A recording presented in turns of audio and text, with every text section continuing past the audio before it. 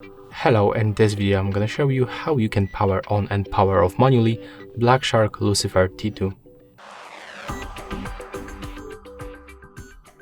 So the process is very simple. We have to click and hold touchpads, the left and the right, together for at least 5 seconds to turn them off.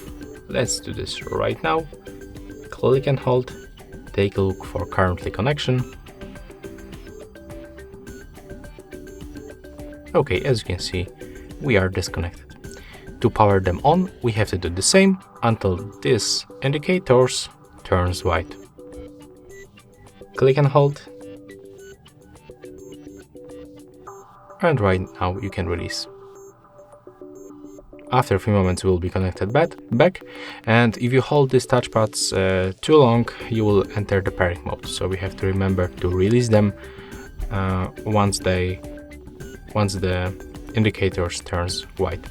So that's all for this video. Hope you like it.